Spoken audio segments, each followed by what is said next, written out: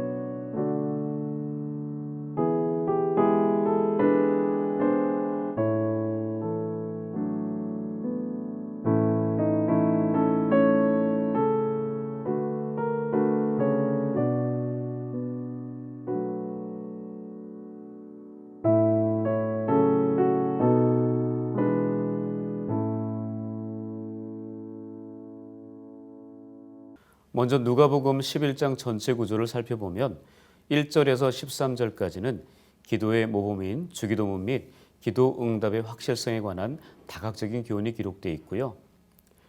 14절에서 26절까지는 말 못하게 하는 귀신의 축사 및 바알세불 논쟁이 기록되어 있습니다. 그리고 27절에서 28절은 말씀을 듣고 지키는 자가 복이 있다 하셨고요. 29절에서 32절은 표적만 구하는 악한 세대를 향한 경고와 책망이 기록되어 있습니다. 그리고 33절에서 36절까지는 등불과 눈의 비유가 기록되어 있고요. 마지막 37절에서 54절은 외식하는 유대 종교 지도자들의 내적 부패성 폭로 및 6번의 화선언이 기록되어 있습니다. 먼저 본문 1절의 13절은 방금 말씀드린 것처럼 기도에 관한 이야기인데요. 제자들이 주님께 우리에게 기도를 가르쳐달라고 요구합니다. 이에 대해 예수님은 본문 2절 그리고 3절 4절에서 예수께서 이렇게 말씀하셨습니다. 너희는 기도할 때에 이렇게 하라.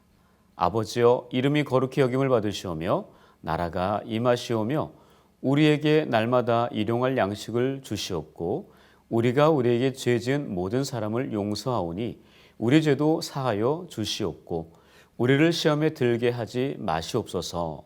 이렇게 기도에 대해 가르쳐 주었습니다. 우리도 제자들처럼 겸손하게 주님 앞에 나아가 주님 저에게 기도를 가르쳐 주옵소서라고 구해야겠습니다. 믿음 생활 오래 한 것이 중요한 것이 아닙니다. 과거에 기도 생활을 많이 한 것도 중요하지 않습니다. 어쩌면 내가 하고 있는 기도가 형식에 치우친 것은 아닌지, 아무런 감정 없이 의무적으로 맹목적으로 하는 것은 아닌지, 혹은 잘못된 기도의 모습으로 무작정 하고 있는 것은 아닌지 돌아볼 필요가 있습니다. 그러므로 제자들처럼 어떻게 기도를 해야 하는지 예수님께 여쭈어보고 오늘 본문 주님께서 가르쳐 주신 기도에 관한 가르침을 통해 바로 잡아야 합니다. 예수님은 말로만 기도를 가르치지 않고 실제로 기도의 삶을 사셨습니다. 즉 예수님은 하나님의 아들이심에도 불구하고 아버지 하나님 앞에 서 있는 기도의 사람이셨습니다. 주님은 시간이 날 때마다 사역이 매우 바쁘신 중에도 시간을 내어 홀로 한적한 곳에 가셔서 기도하셨다는 기록을 여러 차례 복음서를 통해서 확인할 수 있습니다. 오늘 본문 1절에서도 확인할 수 있는데요. 주님께서는 기도를 문자적으로만 지식적으로만 가르친 것이 아닙니다. 실제로 그것을 제자들에게 보여주셨습니다. 그러므로 기도의 모범은 입술로만 하는 것이 아니라 온 몸으로 행하는 것임을 잊지 말아야 합니다. 기도의 장소가 중요한 것이 아니라 어느 때 어느 장소에서든지 기도하는 자세가 더욱 중요합니다. 지금 내가 있는 그 자리에서 기도를 시작해야겠습니다. 기도의 내용에 대해 설명하신 주님은 기도 응답의 확실성에 대해 5절부터 13절까지 말씀을 이어가십니다. 기도하는 사람은 그 기도에 대한 하나님의 분명한 응답을 확신하며 주저없이 기도해야 함을 강조하셨습니다. 갑자기 밤중에 찾아온 친구가 손님 접대를 위해 음식을 구하러 오자 친구로서는 들어주지 않았지만 간청함을 인하여 일어나 그 요구를 들어주겠다는 것입니다. 8절에 간청함의 헬라어 원어는 아나이데이아입니다. 이 단어가 예전 개역 한글에서는 강청함으로 번역되었다가 개역 개정으로 바뀌면서 간청함으로 재번역되었습니다. 원어 아나이데이아는 부끄러움이 없는 매우 뻔뻔한 상태를 의미합니다. 그래서 오밤중에 찾아온 그 친구는 매우 뻔뻔하여 부끄러움을 느끼지 못할 정도로 당연하게 자신의 요구를 하는 것입니다. 이런 모습으로 구하는 것이 바로 기도라고 주님께서 말씀하신 것입니다. 그러므로 우리는 뻔뻔할 정도로 부끄러움을 개의치 말고 얼굴에 철판을 깔고 주님 앞에 엎드려 간구해야겠습니다. 그러시면서 9절과 10절에서 이렇게 말씀하셨습니다. 구하라 그러면 너희에게 주실 것이요 찾으라 그러면 찾아낼 것이요 문을 두드리라 그러면 너희에게 열릴 것이니 구하는 이마다 받을 것이요 찾는 이는 찾아낼 것이요 두드리는 이에게는 열릴 것이니라. 뻔뻔하게 구하라는 것입니다. 부끄러워하지 말고 찾으라는 것입니다. 얼굴에 철판을 깔고 문을 두드리라는 것입니다. 그러면 주님께서 반드시 응답해 주시겠다는 이야기지요. 이후 주님께서는 너희 중에 아버지 된 자로서 누가 아들이 생선을 달라 하는데 뱀을 주며 알을 달라 하는데 전갈을 주겠느냐. 너희가 악할지라도 좋은 것을 자식에게 줄 줄 알거든 하물며 너희 하늘 아버지께서 구하는 자에게 성령을 주시지 않겠느냐라고 말씀하셨습니다. 이 말씀은 응답이 될까 안 될까 걱정하지 말고 구하라는 것입니다. 응답의 주님께서 가장 좋은 것으로 주시겠다라는 이야기지요. 기도에 대한 이야기를 하신 이후 주님께서 말 못하게 하는 귀신 들린 사람을 그 귀신 들린 사람의 귀신을 쫓아내어 그 사람이 정상적으로 말을 하게 만들어 주지요. 그러자 무리들 중에 그가 귀신의 왕 바알세불을 힘입어 귀신을 쫓아냈다 합니다. 이에 대해 주님께서는 만약 내가 바알세불의 힘을 입어 귀신을 쫓아냈다면 사단들끼리 싸우는 것이므로 그럴 수 없다는 이야기를 하시죠. 그래서 나는 하나님의 손을 힘입어 마태복음의 표현은 하나님의 성령을 힘입어 귀신을 내쫓은 것으로 그 결과 하나님의 나라가 도래하고 있다는 것을 말씀하셨습니다. 즉 주님께서는 하나님의 능력을 힘입어 귀신을 축출하여 하나님의 나라를 확장시켜 나가신 것입니다.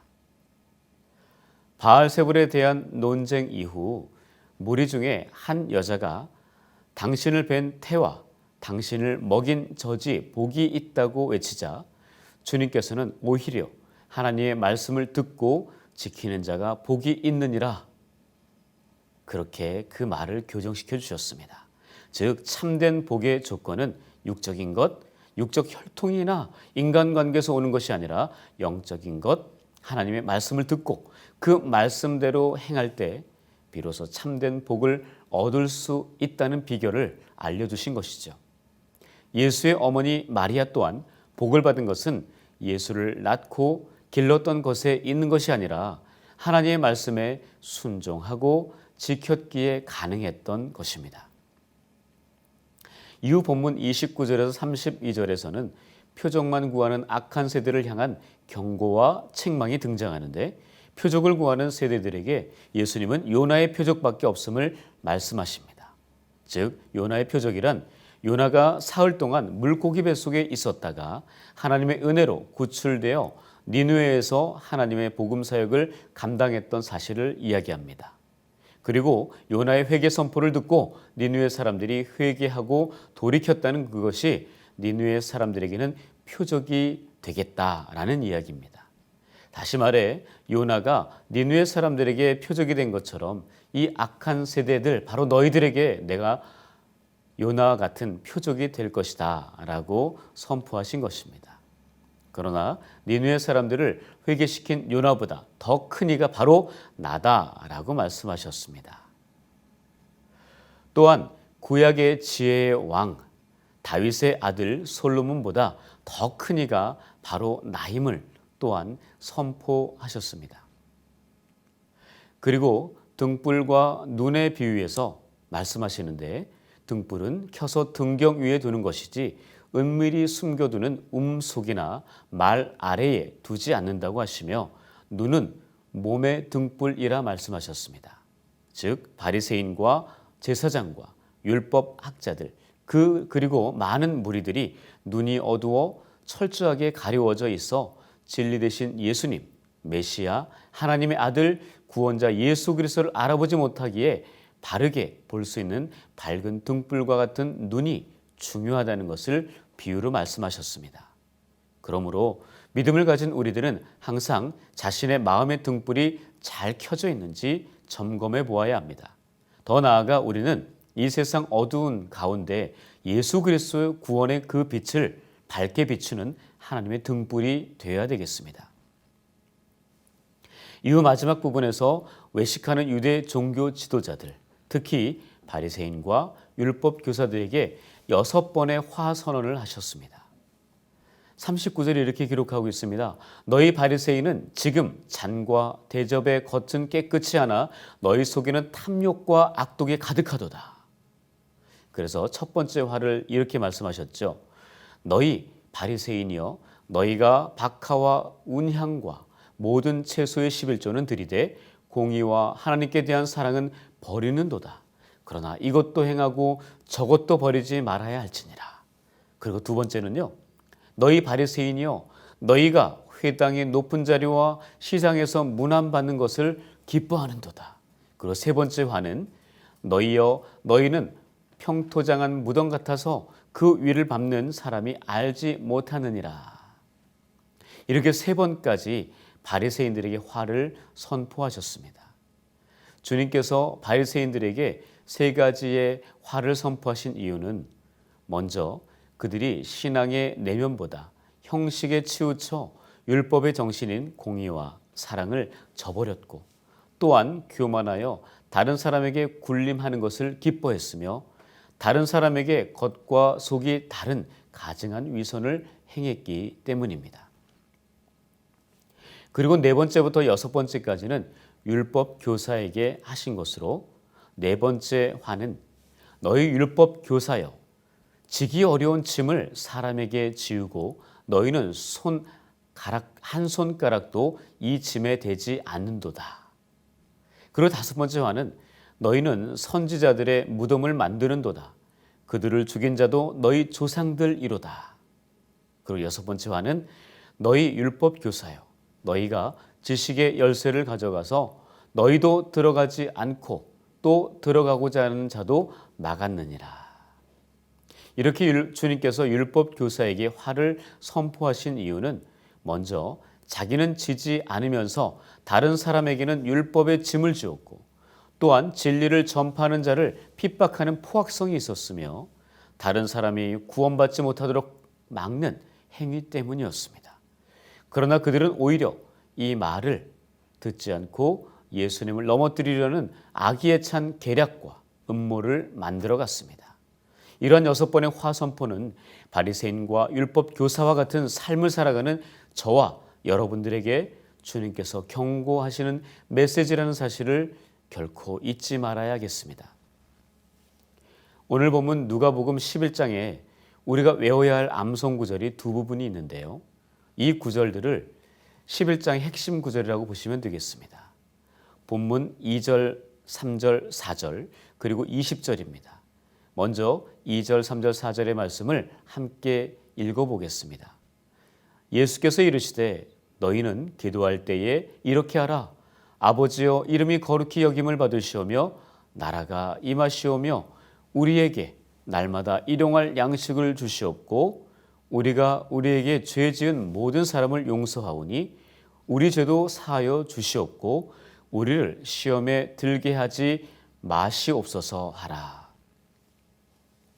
또한 20절의 말씀도 함께 한 목소리로 읽어보도록 하겠습니다. 그러나 내가 만일 하나님의 손을 힘입어 귀신을 쫓아낸다면 하나님의 나라가 이미 너희에게 임하였느니라. 이 구절들을 다시 한번 읽고 또 보시고 암송하여 묵상하시면서 내 삶에 어떻게 연동할지 생각해 보시기 바랍니다.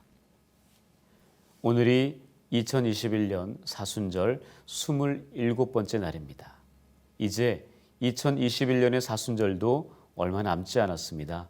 지금이라도 늦지 않았습니다. 예수 그리스도의 고난을 묵상하면서 경건과 절제를 통해 그리스도의 고난에 동참할 수 있기를 바랍니다. 또한 남은 사순절 기간 동안 모든 악한 사단의 유혹을 하나님의 손, 하나님의 능력을 힘입어 물리치는 승리의 삶을 사시길 바랍니다. 이제 다음의 기도 제목으로 함께 기도하겠습니다.